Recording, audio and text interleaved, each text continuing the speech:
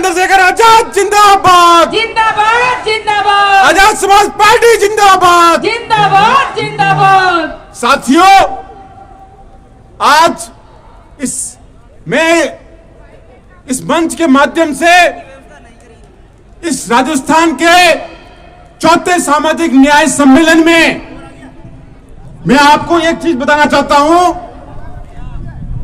इस देश के अंदर आजादी के बाद भारत के संविधान के आधार पर सामाजिक, आर्थिक और राजनीतिक न्याय की व्यवस्था इस देश के दलितों के लिए, इस देश के आदिवासियों के लिए, इस देश के पिछड़ों के लिए, इस देश के अल्पसंख्यक समुदाय के लिए और महिलाओं को हक बराबरी के अधिकार दिलाकर बाबा साहब डॉक्टर भीमराव अंबेडकर ने लोकतंत्र की स्थापना की।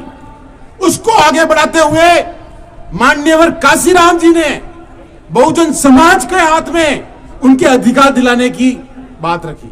और आज आप देखेंगे कि इस देश का जो मेहनत का वर्ग है, जो इस देश का वो वर्ग जो अपनी मेहनत से इस देश के सर्वोच्च विकास में सबसे ज्यादा योगदान दे रहा है, उस वर्ग को नीला झंडा पहन के बंद मुट्ठी करके जय भीम नारे के साथ प्रशासन के सामने अगर उसके साथ कुछ गलत होता है तो उसके लिए लड़ने के लिए उन लोगों के अंदर हिम्मत बढ़ने का जागरूक करके इस देश के अंदर आज अगर कोई नेता इस देश के अंदर सबसे ज्यादा लोकतंत्र को मजबूत करने का कार्य कोई कर रहे हैं तो हमारे बड़े भाई चंद्रशेखर जी आजाद कर रहे हैं।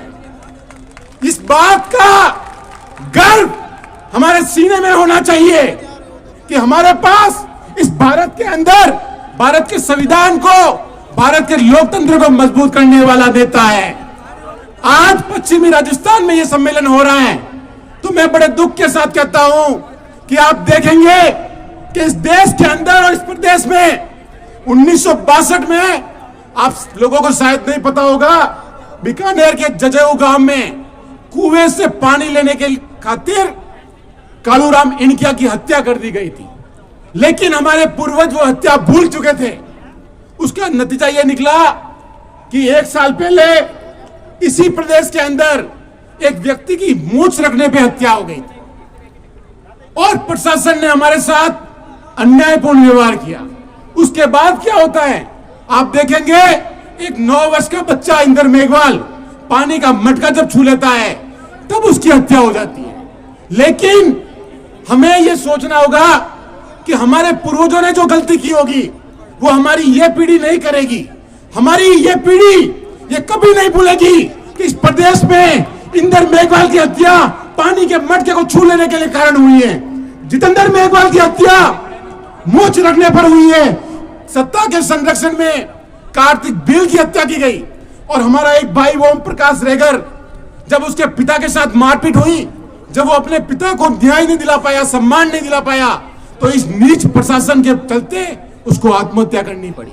आप देखेंगे कि जब समाज के अंदर जब जातिवाद होता है तो उसको हम सामाजिक अन्याय कहते हैं।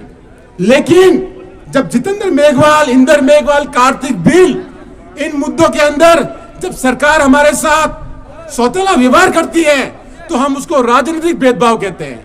और आपको पता होगा कि सामाजिक और राजनीतिक भेदभाव से मुक्ति पाने का एक ही तरीका है कि जिस तरीके से हमने 2018 में हमारे पर जुल्म करने वाली भारतीय जनता पार्टी की सरकार को उखाड़ फेंका था, अब 2023 के अंदर जिस तरह का जुल्म, अत्याचार, और आप देखेंगे जिस तरीके से हमने न्याय की लड़ाई लड़ी, हमारे लोगों को इन्होंने जेल में भेजने का कार्य किया है, इन लोगों को सत्ता से बाहर करने का कार्य हमें 2023 में करना पड़ेगा। दूसरी जो मनुवादी पार्टियां हैं वो हमारे नेताओं को गुलाम बनाना सिखाती हैं। और मैं ये बड़े दावे के साथ कहता हूं कि आजाद समाज पार्टी, भीम आर्मी आपको गुलाम नहीं, आपको हुक्मरान बनाने की चाबी है, सत्ता में पहुंचाने की चाबी है। आपको ये बात ध्यान रखनी पड़ेगी। आपको ये ध्यान रखना पड़ेगा कि हमारे साथ जो जो जुल्म हुआ है उसको हम जब तक नहीं भूलेंगे, जब तक हमें उसका वोट के साथ चोट नहीं करेंगे, इन जुल्म करने वालों को सरकार से उखाड़ नहीं फेंकेंगे, तब तक हमारे सामाजिक न्याय सम्मेलन सफल नहीं होंगे।